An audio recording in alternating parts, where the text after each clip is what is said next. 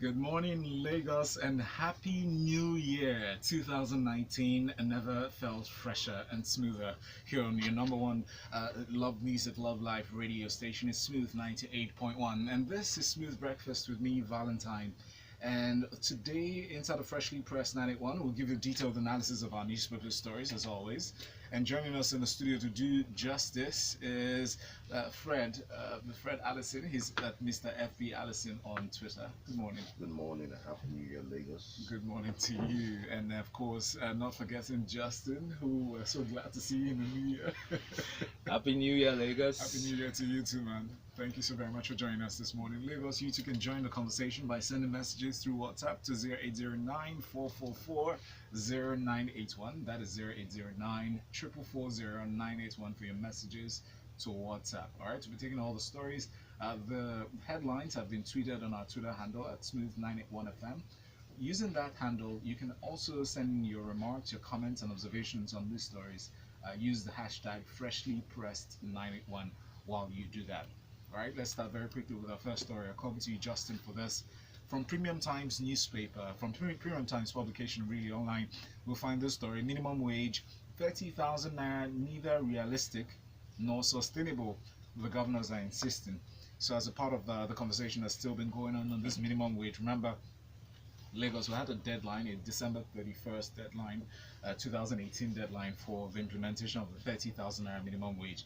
But the governors are still having issues on this. The Nigerian Governors Forum reacted to the story we treated yesterday that was taken from Premium Times, where the NLC said that some of the governors should be prosecuted because they've been seeming to divert funds, and even as much as they open their books to the Nigerian Labour Congress, it seems like they've not been honest enough. But the Nigerian Governors Forum are reacting to this, saying that claim is unfounded, that they've had conversations with the NLC. The NLC is just using this as a deviationary means to distract everybody from really what the agreements were.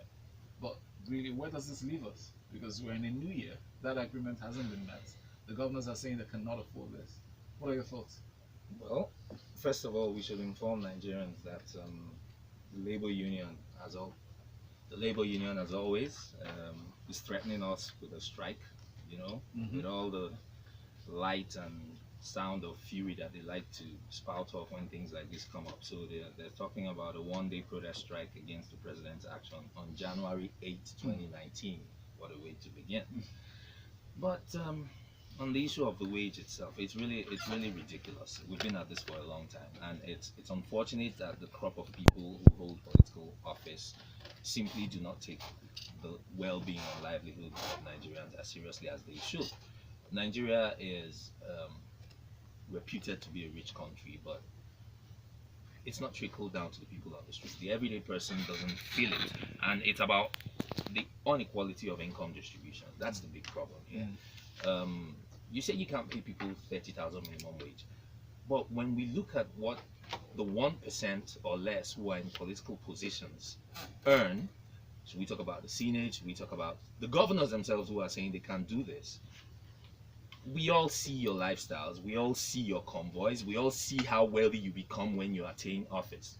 And you tell Nigerians you can't pay 30,000 minimum wage. All sorts of excuses are thrown around. Okay, Justin, so if we now break down their salaries and decide to extract monies from the funds that they've been using or have been allotted to this 1% that you speak about, would that be enough to bridge the gap? No, it goes beyond that. Okay. So we need to act intelligently as well. For to a large extent, the bureaucracies are also bloated. We simply have too many workers in. This is mainly about public sector workers, right? And we have to come to terms with the fact that productivity is an issue here. You can't have a situation where more than 50% of your revenue as a state is going to paying salaries. The question also arises, what is the productivity level of these workers? Some hard decisions need to be taken. But we politic about everything, so it all becomes sound bites, right? Instead of taking a hard look at what the issues are and actually drilling down and creating solutions that are not rocket science. Really, you need to downsize the public service. That's the truth. That's a great part of the public service. There'll be a growing need for the workforce over time. Yes. I think the real question we should be asking really is it too late to start asking the governors to really look inwards to see how they can divest their IGR, their internally generated revenue, the source always seems to be just from the federal government allocations. Well, I have to be careful when with this do one. we start asking this question? I have to be careful with this one because I mean these are touchy issues. You can't give what you don't have. No insults to anyone, but when you listen to some of these people talk, they don't seem to. No. Okay. They can't cut it. So you sit down there, feeding bottle democracy, right? We wait for the federal government to bring money, and then we say, oh, baby food for me. yes. Your IGR is virtually, look at the way it's being administered. Look at the tax collection systems in most of these states. There's a lot of revenue leakage. It's not rocket science to fix those as first principles. Lagos has gotten it right. Lagos can be a poster boy for everybody else. Have we? To a large, I mean, that's it's relative. Yes, arguable, I mean, in the land of the blind, the one-eyed man is, king on the hill, or king in the north. So since it's 2019, I know. Exactly. Game of Thrones. Let's move on now to this next story. Almost Lagos. Lawyers, senators are actually. I jumped to this other one here. I dropped out of OAU. Ogun APC governorship candidate admits. I'll come to you, Fred, for this story now because it's been on the news. Just Sunday, there was a television program where he appeared and he was asked the same question over and over again. We know this case is in court, so we'll treat it very lightly, but be very careful about this. But then when he was specifically asked certain questions, first he was asked why he claimed to have finished from the University of Ife. And who am I talking about? I'm talking about the All Progressives Congress governorship candidate Dakpo Abiodun. He said that his contention over his academic credentials is an attempt at mudslinging, adding that he never claimed to have graduated from OAU. But at the time, the news that was being touted was that he was a graduate from that school, claimed to be an alma mater from the university that churned out some greats in Nigeria and using that as a campaign strategy. But what are your thoughts regarding this? Is it really mudslinging, or is it just laying bare the truth? Obviously, we're in the political season, and this mudslinging is even speaking about it's some of it is coming from his own party, right? There's a lot of grief in his party in regards to the chieftains of the state, who's supporting who and who's the candidate that is preferred, right? And the other thing here is kind of what Justin just alluded to, is the candidates that we have coming in that we have to pick from to be able to run the states, right? It also just goes to what he was speaking about, that where do we pick from? It's a good thing that the media and the people are continuing to have take their responsibility to question, and the way they hold people accountable. So in this case, we're going to see a lot more of this. This is politics. It's interesting that this is even within the party. He hasn't even started, dealing with the opposing parties coming at him. Yes, but there's an angle I would like you to look at. I mean, the part where it seemed as if he's saying that, or he said directly that since the leadership of the APC has pushed him forward as their candidates, their preferred candidates after the primaries, and then nobody, almost insinuating that nobody should ask questions after that. I mean, so where does that put the masses? Do we now use that as, okay, so since the Godfathers have endorsed him, we can't ask questions, we cannot question his candidacy? As far as that we're concerned, once they've endorsed him, that's a golden stamp on his name. Yeah, so he's alluding that to also for all the other party chieftains, not to question that they should all like rally around the unanimous decision, unanimous candidate. But that's ludicrous.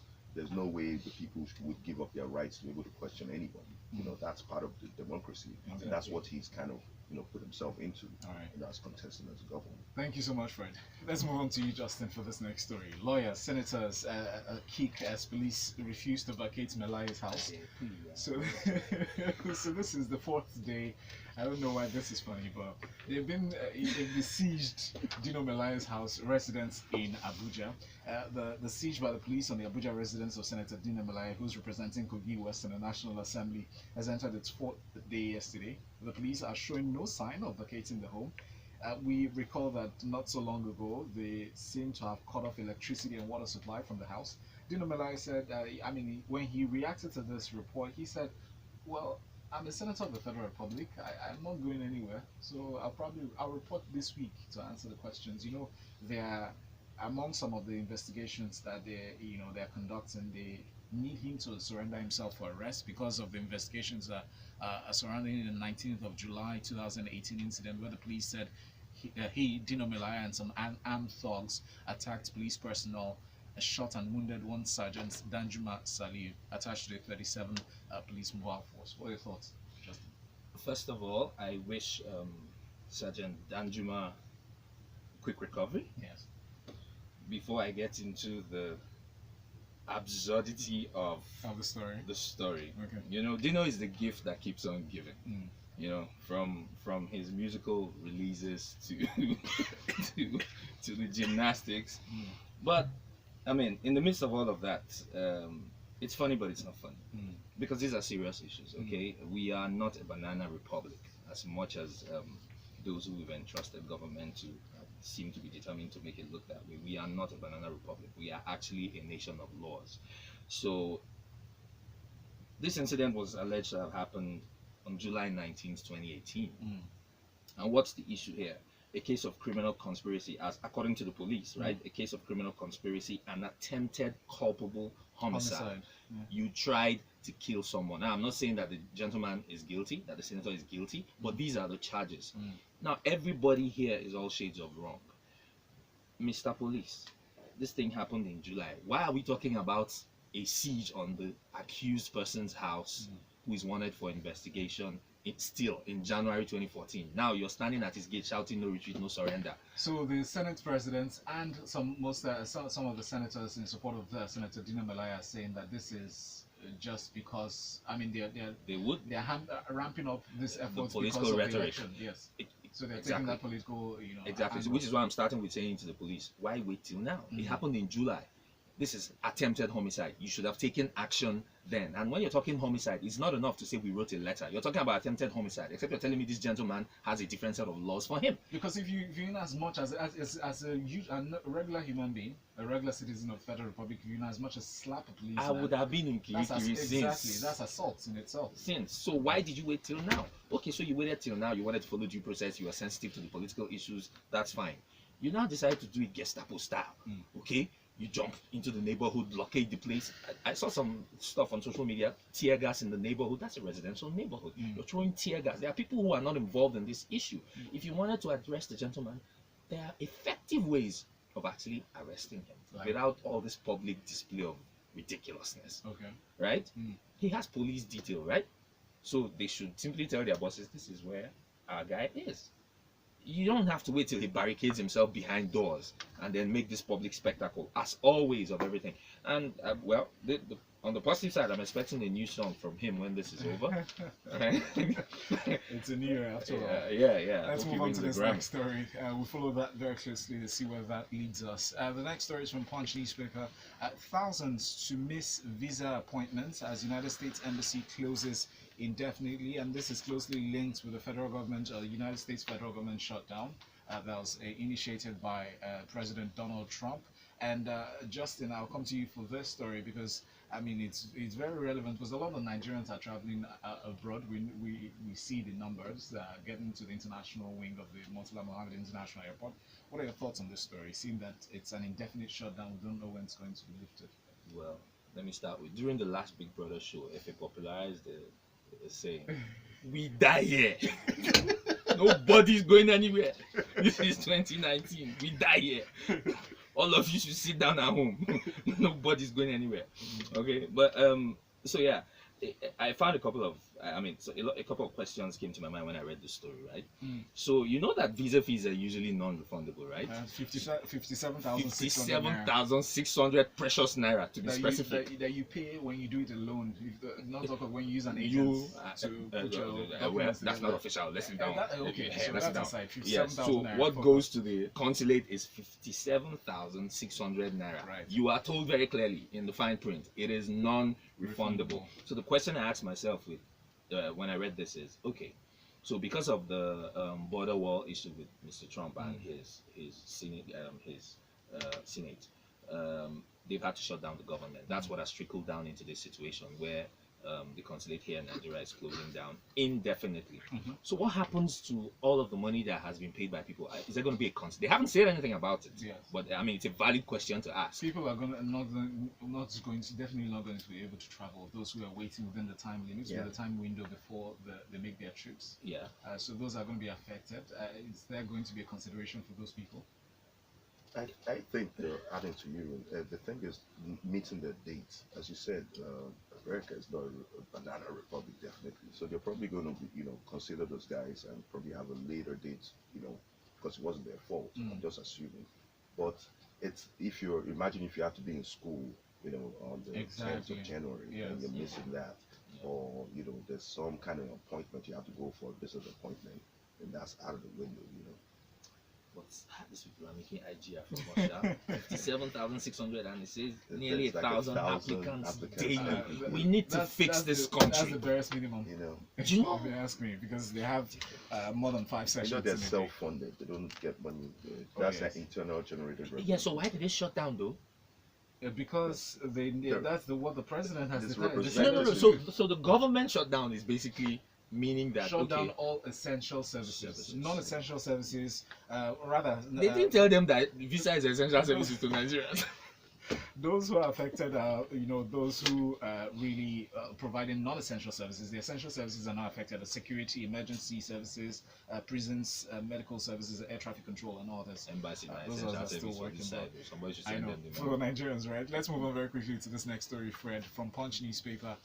Budgets, no provision for dredging ports outside Lagos. We've been talking about this for a while now. Manufacturers Association of Nigeria pointed out that there's no mention in the 2019 budget of the need to dredge various airports outside Lagos to decongest the Tinkan Island and Wharf ports. And we know the traffic is not going anywhere beyond just the traffic problems, supply and haulage of goods and services, and of course the petroleum products as we see.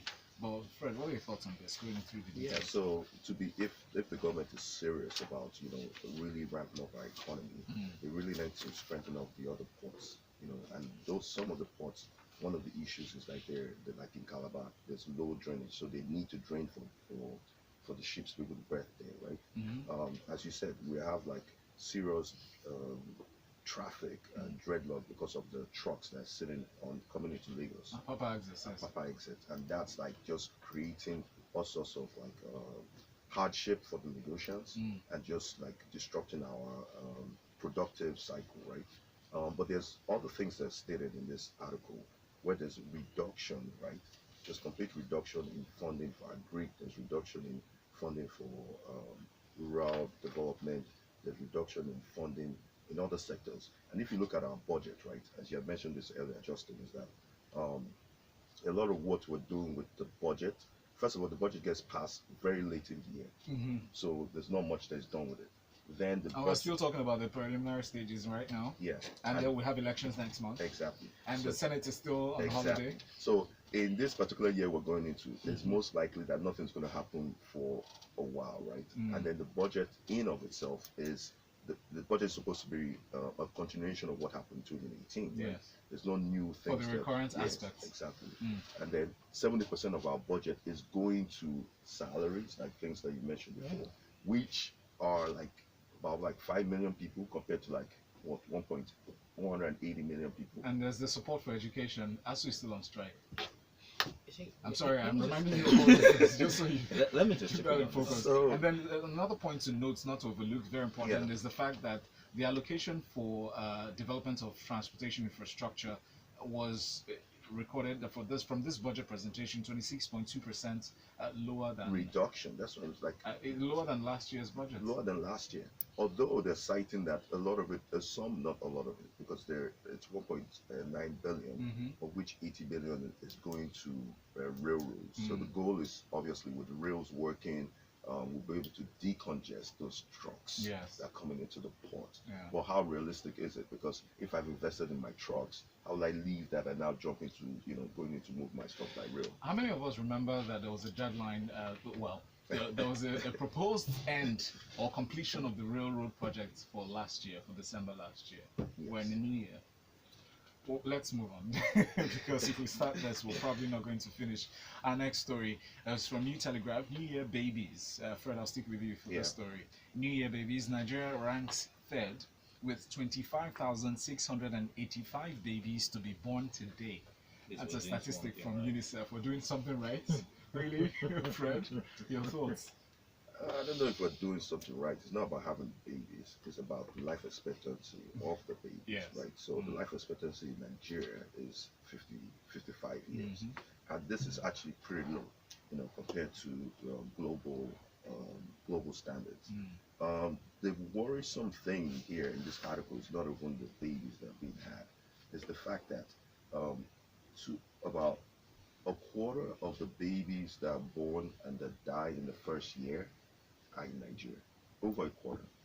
And I would think that one of the factors that's contributing to that is the fact that 1 in 3 babies, according to a statistic that we shared earlier inside of Business Express, is that 1 in 3 babies are born outside health facilities, modern health facilities. Exactly. So going through traditional means, and then those who are giving birth in the villages in their homes as well. Yeah. So when we're speaking about budget and reduction in budget and reduction in budget funding, obviously health is one of those sectors too that is receiving reduction in the budget funding for this year, right? And this is an effect. So when we're talking about what is the effect of the reduction of budget, this is clearly one of them, because if we're having, in this day and age, in 2019 or 2018 to 2019, 262,000 babies die on the first day, right? And this is like, we're ranked the second highest in the world in infant mortality. It's ridiculous, It is terrible. So yeah, it's good news. We have 25,000 babies that are born on the New Year. New Year babies. Some positivity to cling to. Positivities, but we still have a long way to go in regards to health and child health. All right, thank you, Fred. Let's take a few messages here on Twitter. Remember that Twitter handle is at Smooth981FM. Use the hashtag FreshlyPressed981. Princess Abigail is reacting to the minimum wage story. She says, good morning, crew. Happy New Year. Please, can restructuring help us with the minimum wage thing? All these governors do is run to Abuja. They are lazy because there's national cake. No objective or creative thinking here. And then a reply from Folu. Folu, thank you very much for contributing as well. She says, Hi, Folu. I do not think it will help. Say politicians, restructuring just makes them kings in their little kingdoms. Thank you very much. Keep your messages coming in. And well done. We see the messages here on WhatsApp is 0809 444 981. Next story from New Telegraph as well. NSE removes 3 firms from NSE CG index, and this is talking about the launch of the Corporate Governance Index of the Nigerian Stock Exchange that was done during the inaugural Cooperative Governance Rating System certification ceremony held in Lagos on Thursday back in February 2018. Nigerian Stock Exchange informed the investing public that 3 companies, namely NEM Insurance PLC, Continental Reinsurance PLC, and Diamond Bank, have been removed from the NSE CG index effective today, 1st of January 2019. What are your thoughts on this story, Fred, and what's the implication of this on these companies that are affected? One of the companies, it states in the article, has to be delisted. So from this, So the indication of this, obviously, corporate governance is one of the viable things that is unspoken, but it's something that is very relevant to the long-term standing of any company. And sustainability. Exactly. And then being listed on the stock exchange, because obviously the stock exchange is like the middleman or the vetting system that allows us to be able to invest in these companies, right? So it's a good thing that they've taken corporate governance very seriously. And it's also stated that obviously if you want international participation and you want more international participation, you have to exert to global standards, right? So in that indication, fantastic. Diamond Bank obviously is now has been bought up by Axis Bank. So I don't know if this. Well, in stocks they are gaining. Yeah, they're gaining because people are making money. They're gaining because if you look at the way stock market works, is that it's for the future projection of the company. So if a supposed more solid institution is taken over your institution, it's believed that they will be more competitive or they'll be they'll be better positioned, Yeah. to do better in the future. And overall, just to create a solid framework for the Exactly. business to thrive and for customers to be protected So as the well. perception is that this is positive, so the stock should go. Okay, all right.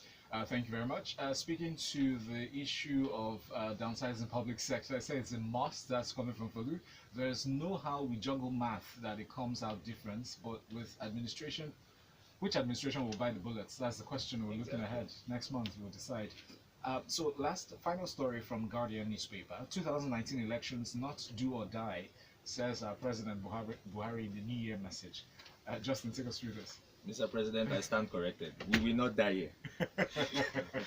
Yes, well, we will not die. He's supporting you. He says no Yes. do or die affair. Yes, Mm. and this is I like the rhetoric in this New Year speech. Okay. He's hit all the right buttons. Yeah. Okay, and but beyond rhetoric, okay, where the rubber meets the road is the real deal. Okay, the young people out there need to know.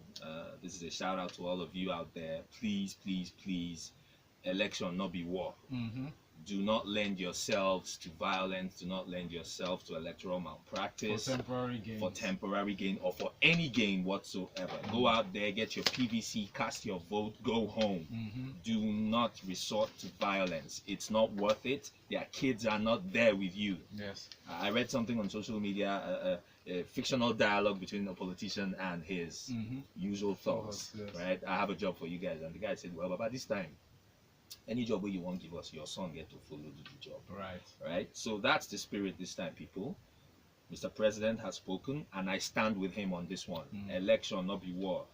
It's not do or die. Say no to violence. Say no to violence. That's all I'm going to say if on you this. must fight with your PVC. Fight with your PVC, and then go home. And to add to that, as you said, it's a fantastic speech, and obviously that's a fantastic index is where we have freedom to pick who we want, and if you're not the one that's selected, you just go home. You go home, right? Yeah. But the federal government too should also show some seriousness. We know they're deploying a lot of police, they're deploying a lot of forces to this location. But if they're putting laws or taking it seriously, like if we catch or if there's any arrests made towards funding these hooligans that are causing, whatever it is, you will be dealt with, or you'll be taken, so that's like, so we see like there's some seriousness to like this whole stance that like it's fair and fair and it's not do or die. Because right now the politicians they don't have nobody's going to hold them responsible if they're funding this. Let's be real. That's never going to happen. That's why the young people who are the foot soldiers when these things happen need to take responsibility. If they say no, nothing is going to happen. If they say no, nothing. There's no question of who's going to be arrested. Take the money, shall, but stay out. Yeah, but I can also allege don't take the that money. it was alleged that you bribed me to do bad this. behavior. Lego, thank you so very much. A special thanks to this wonderful gentleman who came in for the first of the year. I'm going to remember you through this year. The first analyst on Freshly Pressed 91 on Smooth Breakfast. Thank you very much. At Mr. FB Allison, find him on social media at Mr. FB Allison. That's Fred Allison. And of course, Justin Ijeh is up on social media as his name at Justin Ijeh. Lagos will be coming up next in 15 minutes to give you all the juicy details. I'm actually very anxious for that. Very interesting stories here on the Grapevine. We'll be having our wonderful analyst in the studio talking about Mist and the gentlemen who probably survived last night and they're here this morning. Lagos, look forward to Grapevine 91. Good morning. Money where it makes more